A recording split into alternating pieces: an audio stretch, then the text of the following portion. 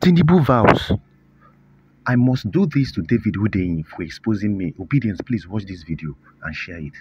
Hello people, welcome back once again to my YouTube channel. David Hundeyin, who is a popular and independent investigative journalist we have in this particular country, who ran away from this country because he has been exposing all the secrets about this particular government. If you all could remember, it was this David Hundeyin who revealed that Tinubu forfeited $460,000 in the United States because of the proceeds from drug and heroin trafficking. It was this same David Hundeyin who exposed Tinubu's certificate forgery, that he used a transcript of a female and a black American citizen and somebody else to gain admission in Chicago State University, and about his certificate forgery, which Atiku Abubakar is actually fighting in the United States. Is this same David Hundeyin who exposed that Tinubu has a Guinean passport or a Guinean citizenship that he perjured in the form that he submitted to Inec, which he swore under oath that he has not acquired any citizenship of any country. Now Tinubu has come after this particular man, being David Hundeyin. I'm going to play a video for you to see what Tinubu is planning to do to this David Hundeyin who ran away from this particular country. Because we know that had it been David Hundeyin is in this country, by now they could have arrested this particular man and prosecuted him unnecessarily, or probably kept him in the DSS dungeon. I'm going to play a video for you to listen to what he's saying about Tinubu's plans and how Tinubu wants to get him arrested. When we come back, we'll analyze the matter. My name is David Hundeyin. I'm an investigative journalist from Nigeria, and I'm constrained to send out this public appeal to the Ghanaian government, to Ghanaian President Nana Akufo-Addo, the Ghanaian Minister of the Interior, Honorable Ambrose Derry, and to the chair of the Ghana Refugee Board, Prof. Kenneth Atafua. I fled Nigeria in 2020, and I applied for asylum in Ghana in early 2021. In May 2022, I was granted refugee status in Ghana.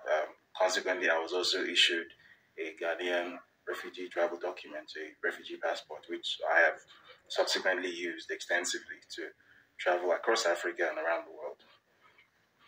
Now, last month, when there was the ongoing back and forth between those who wanted to go to war within the ECOWAS bloc, those who wanted to go to war with the coup regime in Niger, and those who didn't, something happened.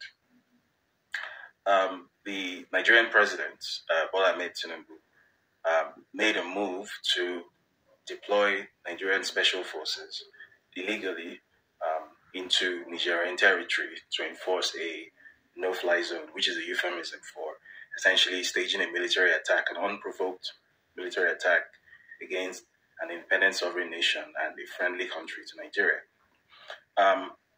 As was expected, most people in the Nigerian government, in the Nigerian military, and in the citizenry at large weren't at all on board with this. But Mr. Tinubu was clearly desperate to start this war with Niger, a war that nobody wanted. Subsequently, a secret document was leaked to me, a document which contained basically attack instructions and staging plans for this illegal invasion of Niger. And I knew that by putting this document out, I could potentially stop a catastrophic invasion, which would lead to an immense and unnecessary loss of West African life. So that's exactly what I did. Early August, I put out this document. And it had the desired effect. It did, in fact, stop the invasion. Subsequently, Mr. Tinubu then tried to seek permission from Nigeria's Senate to deploy the Nigerian military into Niger. The Senate knocked this back. And to all intents and purposes, the invasion essentially became a stillbirth, right? It didn't happen. Which, from the point of view of, I think, any right-thinking person in the ECOWAS sub-region, was definitely a good outcome, right? What definitely under no circumstances should have happened should have been a military invasion of from several sources, that the Nigerian military establishment and the Nigerian intelligence establishment became essentially particularly enraged with me. So I've been a person of interest for a long time, but with that I became designated as something of an enemy of state. And as my, as fortune or luck, bad luck would have it, just a month before this happened, the fact that I do travel with a Ghanaian passport, that I have a Ghanaian passport and I travel with it, had become exposed to the public through no fault of my own, following a very unfortunate event in Zimbabwe, after which the permanent secretary at the Zimbabwean Ministry of Information, probably thinking that he was scoring a point against some sort of foreign journalists, following their issues with foreign journalists, decided to tweet to a global audience the fact that I did claim asylum in Ghana and that I travel with a Ghanaian travel document. As a result of this, the Nigerian establishment knew who to speak to if they wanted to get a hold of me. They were aware that I had claimed asylum in Ghana and that I used a Ghanaian travel document. So I was informed that a Nigerian intelligence agency, I'm not sure whether it was the National Intelligence Agency or the Defense Intelligence Agency, but one of these foreign intelligence institutions dispatched a jet to Accra to basically have me illegally rendered to Nigeria. Apparently they wrote a letter to the Ghanaian government accusing me of apparently aiding terrorism by supposedly revealing the locations of soldiers, and apparently I was also guilty of treason, whatever that means. Now, it seemed as if the matter was going to end there.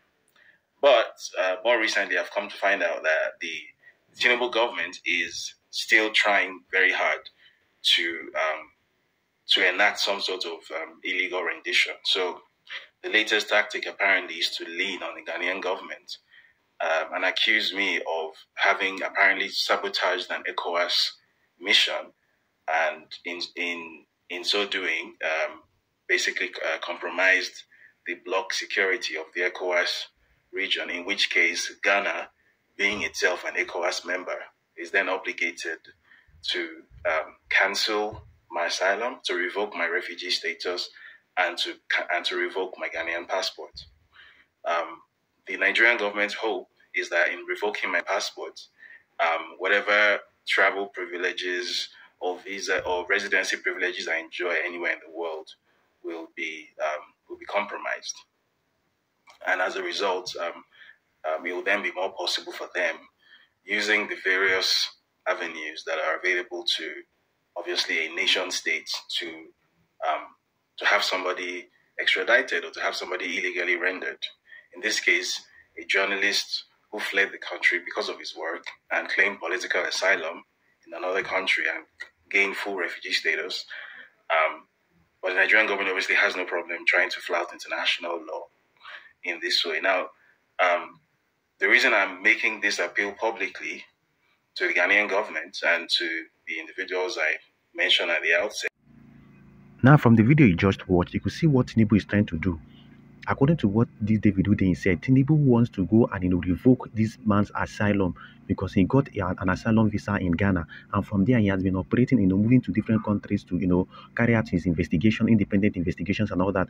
Now, after it was revealed that this particular man, David Hundeyin, is making use of Ghanaian passport or asylum to, navigate and do his work. Now, Tinubu wants to go and collaborate with the Ghanaian president and Ghanaian immigration and everything, so that they can revoke this journalist passport, and they can easily extradite and actually, arrest him and bring him back to Nigeria. And we know what it means for him to be brought back to this particular country, and this is actually suppressing his freedom of speech and press freedom to, speak out whenever things are wrong in this particular country. Well, I would like you guys as Obidients to share this particular video so that the world will understand what they are about to do to this particular independent investigative journalist being David Hundeyin. When we come back, I will give you guys an update a lot about this particular incident.